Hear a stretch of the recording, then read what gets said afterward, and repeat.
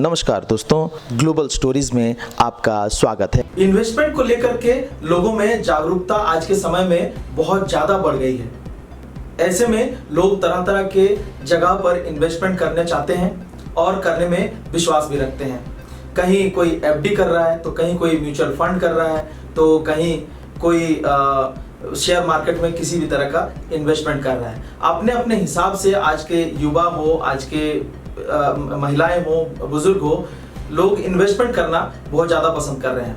ऐसे में लोगों को ये जानना भी ज़रूरी है कि भाई इन्वेस्टमेंट वो वाकई में सही जगह कर रहे हैं या नहीं कर रहे हैं। लेकिन ये सवाल ऑलवेज सबके मन में बना रहता है कि आखिर हम इन्वेस्टमेंट कर तो रहे हैं, लेकिन वो जगह सही है या नहीं है, ये देखना बहुत जरूरी है। तो आज हमारे साथ इसी विषय पे चर्चा करने के लिए आलोक जी हमारे साथ हैं, जो कि शेयर मार्केट के और इन्वेस्टमेंट दुनिया के बहुत एक्सपर्ट हैं। आलोक जी, आपका बहुत बहुत स्वागत है। जी, बहुत बहुत धन्यवाद आपका इस पॉडकास्ट के लिए। आज इन्वेस्टर्स को देखते हैं कि इन्वेस्टमेंट करने में हर जगह जैसे ही थोड़ा बहुत पैसा उनके पास बच जाता है, तो इन्वेस्टमेंट की दुनिया में वो जाना चाहते हैं, इन्वेस्टमेंट करना चाहते हैं। तो इसको आप कैसे देखते हैं? देखिए, अगर नॉर्मल पर्सन की बात बताए इन्वेस्टमेंट के तौर पे, तो नॉर्मली जैसे लोगों को पता है कि लोग आजकल पुराने ज़माने में एफडी या फिर रिटर्न्स बहुत लो, LIC ये सब जगह में ज़्यादातर पहले विश्वास रखते थे। लेकिन जिस तरीके से समय चेंज हुआ, तो अब एक बदलाव लग रहा है कि नहीं, कुछ एक इन्वेस्टमेंट की तरह की नहीं, कुछ नया हम कुछ करते हैं। तो यहाँ पे लोगों को एक म्यूचुअल फंड जो है एक बहुत ही अच्छा लग रहा है इन्वेस्टमेंट के तौर पे। क्योंकि देखिए, म्यूचुअल फंड की अगर बात करें तो ये बहुत ही एज कॉम्पेयर टू, अगर मैं स्टॉक मार्केट की बात करें तो उसमें बहुत स्किल की जरूरत पड़ती है। और अगर मान के चलिए म्यूचुअल फंड यहाँ पे क्या है कि आपको कोई स्किल की जरूरत नहीं है, बस आप अपना पैसा एक एसेट्स मैनेजमेंट कंपनी को दे दीजिए, वो अपना सब काम कर लेंगे। उनका एक टीम होता है, उनका एक वेल स्किल और सारा का सारा मैनेजमेंट होता है, वो वही काम करती है। जी जी। तो ये म्यूचुअल फंड क्यों जरूरी है लोगों के लिए? क्या ये आपको लगता है कि जैसे आपने कहा कि ये एक कंपनी को दे देते हैं और वो कंपनी अपने हिसाब से उसको मैनेज करता है, तो ये क्या आम आदमी के लिए क्यों इतना जरूरी हो गया आज के समय में? क्योंकि लोग पहले देखते थे कि आप देखे होंगे कि लोग एफडी पे और पोस्ट ऑफिस में और अलग अलग तरह LIC पे अलग अलग तरीके से वो इन्वेस्ट करते थे। लेकिन आज के समय में आप देखिएगा कि ये सबसे ज्यादा आज के समय पे जो जरूरत है, वो लोग ये कह रहे हैं कि भाई हम म्यूचुअल फंड करना चाहते हैं। तो वाकई में लोगों के लिए क्यों जरूरत पड़ गया है, ये आपको क्या लगता है इस हिसाब से? देखिए, आजकल लोगों को अगर मैं देखूं तो रिटर्न्स सबसे पहले तो अभी ये ख्याल आता है कि आजकल क्या क्या हमारे पास इन्वेस्टमेंट ऑप्शन है। आजकल लोग इन्वेस्टमेंट के लिए, मैं ये भी देख रहा हूँ आजकल के डेट में कि दुबई में भी प्रॉपर्टी में इन्वेस्ट कर रहे हैं, अलग अलग जगह में। तो म्यूचुअल फंड जो है, अगर मैं देखूं तो ये काफी एक, मान के चलिए कि CAGR अगर मैं बात करूं कि ये एक रिटर्न्स होता है कि आपको एनुअली कितना ग्रोथ मिल रहा है, एक कंपाउंडिंग की तरह बहुत ही एक अच्छा काम करता है लॉन्ग टर्म में। तो लोग इसीलिए इसे देखते हैं कि चलिए यहाँ पे रिटर्न्स को लेके कि अगर निफ्टी 50 में भी पैसा अगर आपका मिनिमम लगा रहता है, तो एवरेज निफ्टी 50 मिनिमम 14 से 15% रिटर्न दे देता है। तो एक बना हुआ लोगों की नहीं, ये म्यूचुअल फंड भी करना चाहिए, एक ऑप्शन लोगों के लिए बना हुआ है। मतलब जो परसेंटेज जो बढ़ रहा है, इसको लोग आज के टाइम पे ध्यान रख रहे हैं। तो कैसे देखते हैं कि परसेंटेज, इतना ज्यादा परसेंटेज दे रहा है? पहले लोग 5% 6% के लिए लोग तरसते थे, ठीक है, बैंक जितना परसेंट दे दिया उतने में लोग खुश होते थे। लेकिन आज के टाइम पे ये जो परसेंटेज, कोई 50%, 60%, 100%, 150%, इसको कैसे देखते हैं आपकी? देखिए, मैं अगर एज इन्वेस्टर के तौर पे अगर बात करूं तो 50%, 100% मैं किसी को भी नहीं बोलूंगा कि अगर इस तरीके का अगर कोई अगर विज्ञापन अगर करता है या तो आप उसमें चले जाना, ये मैं बिल्कुल भी किसी को भी नहीं बोलूंगा कि आप इसमें चले जाना, क्योंकि ये डायरेक्ट एक लालच होता है उसमें। कभी कोई रिटर्न 100% या पैसा डबल आपका एक साल में, ऐसा कोई स्कीम नहीं होता है। लेकिन मैं बात करूं अगर स्टॉक मार्केट में, लोग बोलते हैं कि नहीं पॉसिबल है। देखिए, पॉसिबल तो है यहाँ पे, लेकिन क्या आप उतना रिटर्न्स क्या निकाल सकते हैं फ्यूचर ऑप्शन से? उसमें हाई स्किल की जरूरत पड़ती है। फ्यूचर ऑप्शन में आप जानते हो कि 90% लोगों का पैसा वहां पे सेबी खुद बताती है आगे कि डूब जाता है, क्योंकि वहां पे लोग स्किल नहीं देखते। लोगों को पड़ा हुआ है कि नहीं हम पैसा कैसे हम 1 घंटे में डबल कर ले। मैं तो 1 साल बहुत दूर की बात बता रहा हूँ। तो बताइए 1 साल में कौन 1 घंटे में कौन कर लेगा ऐसा डबल पैसा? तो ये चीजों को जो मैं इल्यूजन पैदा होता है कि सही बात है कि 1 घंटे में जो है कि पैसा डबल हो जाता है। जी, अच्छा, जो 9 से 5 वाली बात होती है, सॉरी 9 से 10 और 9:30 के बीच वाली जो बात होती है, उस समय जो है कि बहुत जल्दी पैसा बनता है, ऐसा भी लोगों का मानना है। आपका क्या कहना है कि लोग 9 से कितना बजे बोले? 9 से 10 के बीच में, 9:15। देखिए 9 से 10 बजे के बीच में पैसा बनता, मैं क्या बोलूं, वो सिर्फ मैं अभी भी एक बात बोल रहा हूँ कि देखिए इन्वेस्टर और एक ट्रेडर 2 अलग अलग चीज है। आप जो बात कर रहे हैं लोग वो चीज नहीं समझ रहे। वो उनका पॉइंट ऑफ व्यू रहता है कि नहीं हम ट्रेडर के तौर पे देख रहे हैं। अगर आप 1 घंटा, जब आप 9 और 10 बजे की बात कर रहे हैं, टाइम फ्रेम की बात कर रहे हैं, तो ये ट्रेडर्स हैं। तो ये ट्रेडर है। तो क्या आप ट्रेडर के लिए आप क्या मतलब कि हो उस लायक? तो अच्छा, मुझे ये एक चीज मैं दर्शकों से ये भी शायद इनका सवाल भी होगा ये इस बात को लेकर के कि ये लॉन्ग टर्म और शॉर्ट टर्म, मतलब लॉन्ग टर्म हम किसको कहेंगे, शॉर्ट टर्म हम किसको कहेंगे? जो इन्वेस्टमेंट हम कर रहे हैं, लॉन्ग टर्म और शॉर्ट टर्म में क्या डिफरेंस है? देखिए लॉन्ग टर्म शॉर्ट टर्म मैं सिंपल भाषा में बता देता हूँ। एज ए टैक्स के हिसाब से आप समझिए, जैसे long term capital gain tax हमें कब लगता है? जब हम कोई भी स्टॉक को अगर हम होल्ड करते हैं 1 साल से ज्यादा, या म्यूचुअल फंड को भी अगर हम ऐड कर ले तो 1 साल से ज्यादा अगर आपने उसे रखा हुआ अपने पोर्टफोलियो में, तो वहां पे अगर जो भी आपको प्रॉफिट होगा उसमें long term capital gain tax लगेगा। लेकिन यही चीज अगर आप 1 साल से पहले अगर पैसा आप अगर मतलब रखते हो तो आपका शॉर्ट टर्म कैपिटल में काउंट हो जाएगा 1 साल से पहले, चाहे आप कोई स्टॉक में भी पैसा क्यों नहीं रखे, चाहे म्यूचुअल फंड में भी क्यों पैसा नहीं रखे, तो ये शॉर्ट टर्म में काउंट होगा। और अगर मैं बात करूं ट्रेडर के तौर पे, तो वो तो डेली बेस वाले काम करते हैं, तो वो तो हमेशा ही शॉर्ट टर्म में ही एक तरह से काउंट होगा। लेकिन जब वो ITR फाइल करेंगे तो वो एक बिजनेस के तौर पे वो कैलकुलेट होता है, मतलब बिजनेस इनकम जैसा कैलकुलेट होता है। बहुत सही बात है कि अच्छा, एक चीज और दिमाग में आ रहा है कि जैसे LIC और जैसे इस तरह के जो FDs लोग करते हैं बैंकों में, ये आजकल के समय में क्या कम हो गया कि लोग नहीं कर रहे? क्या इस तरह से इसको देखें कि कैसे? देखिए मैं अगर बात करूं तो वो सब चीज अब ट्रेडिशनल रहा। मतलब कि जैसे पहले से चला आ रहा था कि नहीं LIC लोग कर रहे हैं, लोग बिना कुछ बोले नहीं, सबसे पहले तो LIC ही जाके खोल लेते थे कि नहीं हम चलिए अब सारा कुछ तो हो गया, अब हम आगे की सोचते थे। सबसे पहले उनका ध्यान होता था LIC। लेकिन हम लास्ट कुछ देखे दशकों में भी अगर बात करें तो LIC का रिटर्न कुछ उतना खास नहीं रहा है। और एक बात ये है कि एजेंट भी आ जाते हैं घर पे, तो एजेंट भी वो भी अपना अलग अलग स्कीम को पुट अप करते हैं। तो उनको लगता है कि भाई यही सबसे हमारे नजदीक जो आया है, यही सबसे ज्यादा बेनिफिट और सबसे ज्यादा जो है कि हमको हमारे पैसा को रिटर्न देंगे। जी, लेकिन देखिए आजकल के डेट में भी लोग बहुत समझदार हो गए हैं। वो भी देख रहे हैं कि क्या मार्केट में चल रहा है। वो भी आजकल सब कुछ खुला है, सब सोशल मीडिया में अवेलेबल है, कौन क्या है। ऐसे जनरली भी मैं देखूं LIC जब शेयर मार्केट में आज से 5 साल पहले लिस्ट हुई थी, अब वो देख लीजिए और अभी देख लीजिए, तो आप क्या बोल सकते हो? तो अच्छा, एक आहट जो सुनाई दे रही है कि अमेरिका में इस समय मंदी का असर होगा, तो क्योंकि वो उधर कनाडा और अपने जो उनके जो अमेरिका के जो पड़ोसी देश हैं वो सारे अपना शेयर्स वगैरह वो उन्होंने हटा लिए हैं, और इससे क्या भारत को कितना फर्क पड़ेगा? देखिए भारत पे तो असर पड़ेगा, क्योंकि अगर अमेरिका की मैं बात करूं तो वो एक वर्ल्ड लीडर है यहाँ पर, और सारे चीज जो भी चीज यहाँ पे होता है, हमारे जो भी सर्विसेज जो है, सारा चीज वहाँ से हमसे हमारा लिंक है वहाँ से। तो अगर वो इम्पैक्ट अगर होता है तो भारत में भी इम्पैक्ट जरूर होगा। मैं ये चीज पहले मैं बहुत दिनों तक मैं भी यही सोचता था ऐसा क्यों है, ऐसा क्यों ऐसा है, लेकिन बहुत सारी चीज वहाँ से हमारा लिंक जुड़ा हुआ है।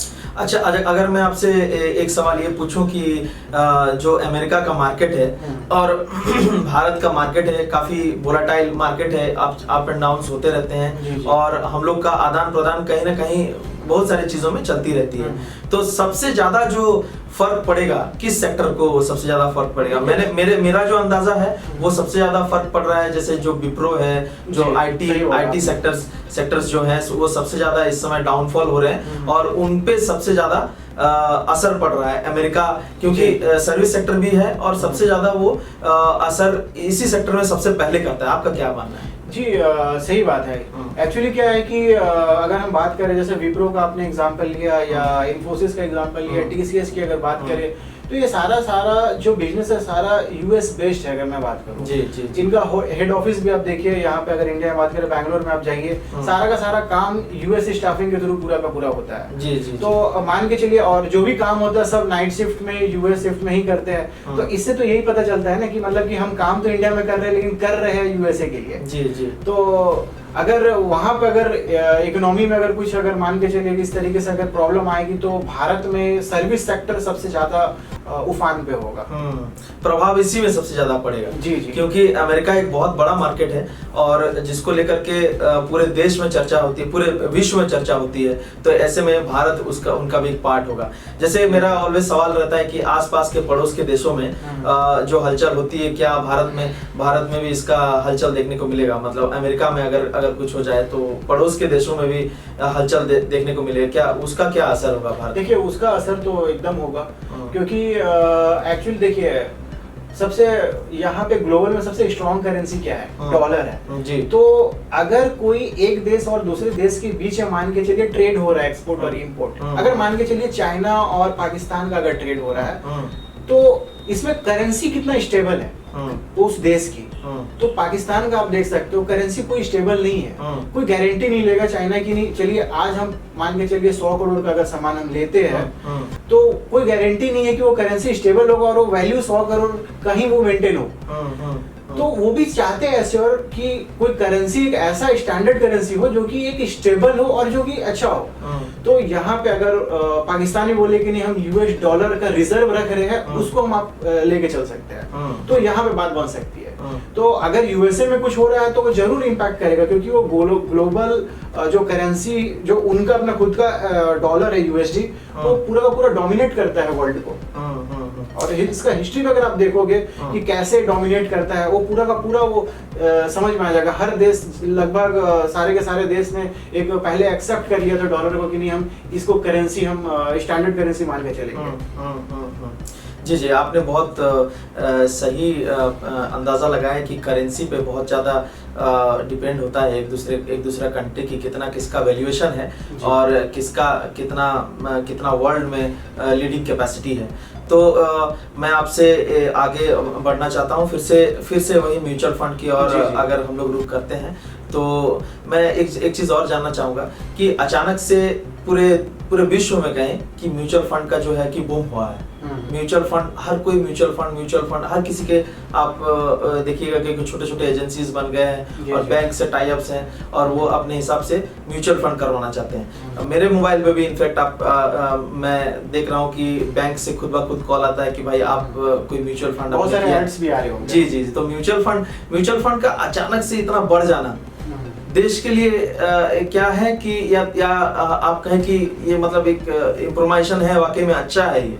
देखिए, सबसे पहले तो मैं यहाँ पे क्लियर करना चाहता हूँ दर्शकों को कि म्यूचुअल फंड को लेके बहुत सारा कंफ्यूजन है कि क्या है। पहले तो मैं ये क्लियर करना चाहता हूँ, म्यूचुअल फंड एक ऐसा फंड है जिसमें एसेट्स मैनेजमेंट कंपनी होती है, एएमसी बड़ी कंपनियां होती है, वो छोटे पैसे करके आपका पैसा लगाती है।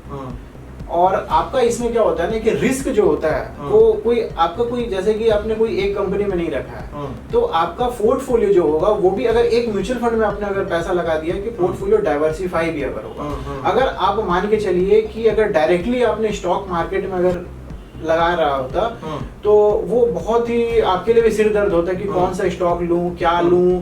उसमें भी फंडामेंटल एनालिसिस करना पड़ता है कि कौन सा स्टॉक का पीई रेशियो कैसा है, पीवी रेशियो कैसा है, बहुत सारा देखना जाता है, बहुत सारी चीजें उसका फंडामेंटल कंपनी की हिस्ट्री से लेकर के तो हर कोई का बस का ये सब बात नहीं है। तो वो सिंपल क्या करते हैं कि आपका छोटा एसआईपी के रूप में पैसा जाता है एएमसी आपके बदले में वो पैसा बहुत सारे कंपनी में एक फंड के रूप में एज अ लगा देती है। जी। अब जैसे मार्केट में ओवरऑल उस फंड का जैसे ग्रोथ होगा, आपका भी ग्रोथ होगा। तो मतलब मान के चलिए आपसे बहुत सारे जगहों से थोड़ा थोड़ा पैसा करके म्यूचुअल फंड हाउस के पास में बड़ा फंड होता है, वही फंड आगे लगा दिया जाता है। एक एल्गोरिदम काम करता है इनका जो है कि एक एल्गोरिदम की तरह है कि आप पैसा लगाइए और मल्टीपल कंपनी में आपका जो एजेंसी होगी या आपका जो बैंक होगा, आपका जो भी मास्टर होगा आपसे ऊपर वाले, वो अपने हिसाब से पैसा अपने जगह पे वो लगाएगा और एसेट मैनेजमेंट वो करेगा। जी बताइए आप। जी सही बात है। एक्चुअली होता क्या है कि जैसे मैंने इससे पहले बताया कि फंडामेंटल एनालिसिस आप नहीं कर सकते हैं। तो जो आप पैसा दे रहे हो तो ऐसे नहीं दे रहे हो ना कि मतलब वो कहीं पर भी लगा दे। तो उनकी टीम रहती है, जो मैनेजमेंट टीम है, जो भी फाइनेंशियल एडवाइजर है, वो पूरा का पूरा रिसर्च करके बहुत सारे आपका रिस्क डाइवर्सिफाई करके आपका जो एक फंड तैयार करती है। इसमें बहुत सारा फंड होता है, जैसे कि आपके रिस्क के हिसाब से। ऐसा नहीं है कि मतलब कि सबको एक जैसा फंड मतलब कि सबके लिए सही रहता है।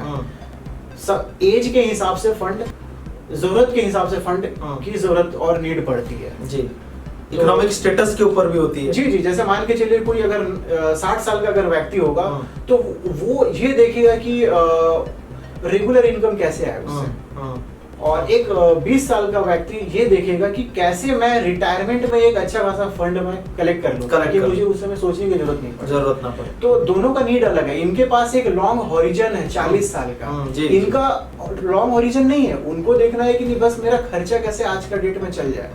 तो उस हिसाब से बहुत सारा प्रोडक्ट म्यूचुअल फंड का अवेलेबल है।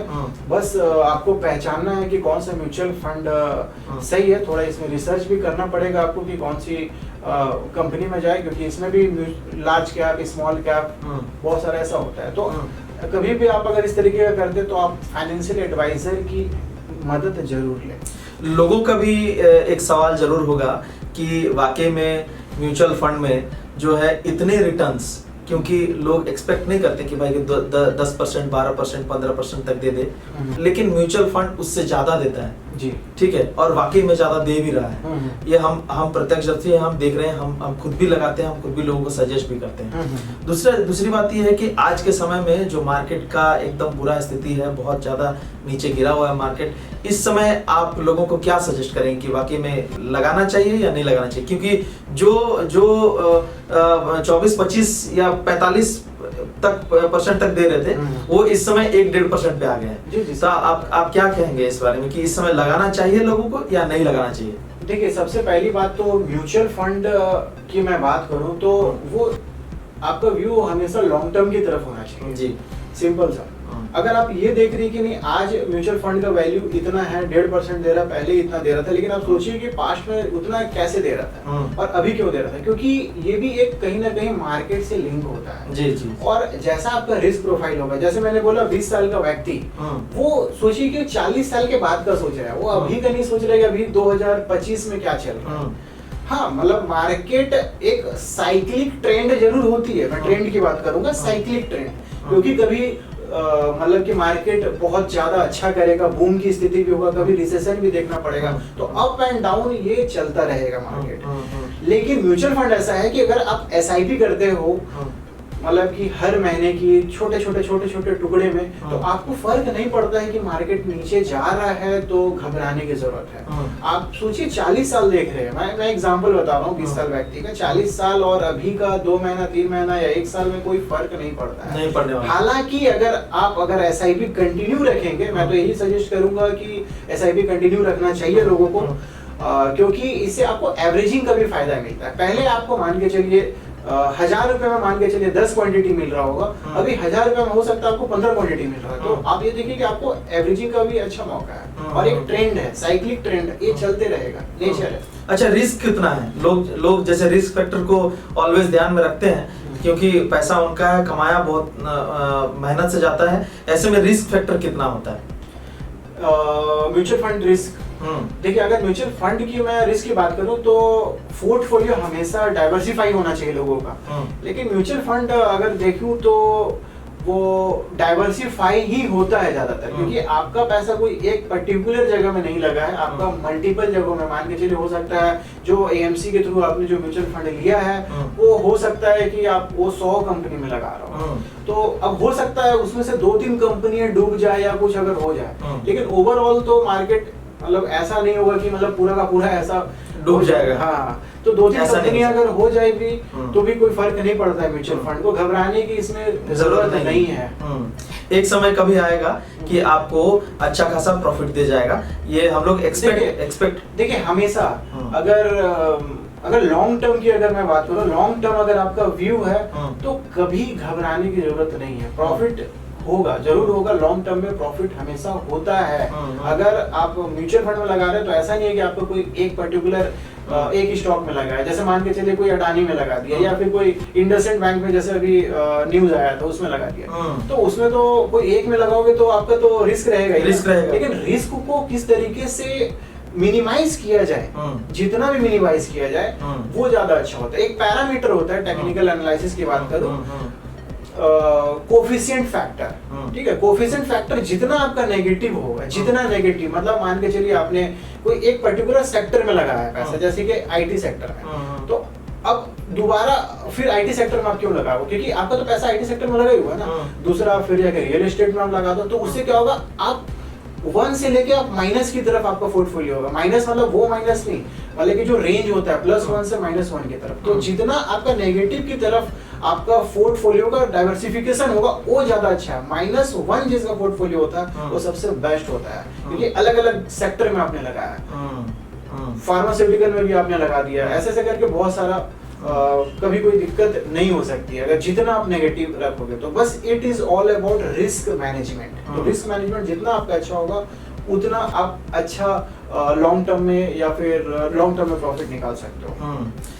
जैसे हम सुन रहे थे कि आलोक जी कह रहे हैं कि रिस्क मैनेजमेंट बहुत इंपॉर्टेंट है। अंत में एक सवाल और है कि सेबी इस समय बहुत ज़्यादा कटघरे में रहते हैं, सेबी हर कोई सेबी को वॉच कर रहा है, क्योंकि इतने अमाउंट ऑफ पैसे, बहुत ज़्यादा पैसे लोगों का लगा रहता है। ऐसे में सेबी को कटघरे में रहना भी चाहिए, लोगों का बिल्कुल कीन वॉच भी रहना चाहिए, जिसमें मुझे लगता है कि सरकार की भूमिका भी बहुत जोरों पर होनी चाहिए, मतलब अच्छी एक वॉचफुल नेचर होना चाहिए। ऐसे में लोगों का भी थोड़ा सा, जैसे कुछ भी नेगेटिव न्यूज़ आता है तो लोगों का भी थोड़ा सा नेगेटिविटी दिमाग में आता है कि वाकई में जो रेगुलेटरी बॉडी है वही अपने आप में थोड़ा सा पीछे चला जा रहा है या फिर बहुत अच्छा परफॉर्म नहीं कर रहा है। तो ऐसे में हम उसको क्या देखेंगे और कैसे देखते हैं और कैसे सोचते हैं, आप क्या कहेंगे? देखिए, सेबी का गठन ही हुआ है कि यहाँ पे इन्वेस्टर के हित में और उनका ध्यान, इंटरेस्ट उनका किस तरीके से एज ए इन्वेस्टर को प्रोटेक्ट किया जा सके। मार्केट में जो भी मैनिपुलेशन या फिर किसी भी तरह का अगर फ्रॉड, धोखाधड़ी, कोई भी चीज होता है तो सेबी का काम ही वही होता है। लेकिन अगर कुछ ऐसा अगर प्रश्न अगर आ जाता है कि सेबी के ऊपर, तो ये वाकई में चिंता का विषय हो सकता है। लेकिन सेबी हमेशा यही चाहेगी कि इन्वेस्टर का ध्यान अच्छे से रखा जाए, उनके हित में ही ध्यान में रखते हुए जो भी फैसला लिया जाए। बहुत सारे आज हम लोगों ने म्यूचुअल फंड के विषय में हम लोगों ने बात किया। हो सकता है आप लोगों को और बहुत सारे क्वेरीज हों और बहुत सारी चीज़ें आप लोगों को जानने हो। ऐसे में आप कमेंट बॉक्स पर भी आप बता सकते हैं कि अगर कोई आपका पर्सनल क्वेरी हो तो हम उसको ज़रूर सॉल्व करने की कोशिश करेंगे। आज हमारे साथ आलोक जी थे और ये सेबी के एक्सपर्ट हैं और म्यूचुअल फंड के एक्सपर्ट हैं, फंड के बेसिकली शेयर मार्केट के एक्सपर्ट हैं, और इनसे आज हम लोगों ने वार्तालाप की जो म्यूचुअल फंड से रिलेटेड है। जी, मार्केट में बहुत सारी जानकारियां भी मिल रही है। आलोक जी का जैसे कहना है कि आप ऐसे उधेड़ बुन में आप कोई डिसीजन ना ले, पैसे बहुत आसानी से नहीं आते। और इसी तरह आज हम अपने इस कार्यक्रम को समाप्त करते हैं। नमस्कार, धन्यवाद। दोस्तों, इस चैनल से जुड़ने के लिए आप इस वीडियो को लाइक करें, शेयर करें और सब्सक्राइब करें।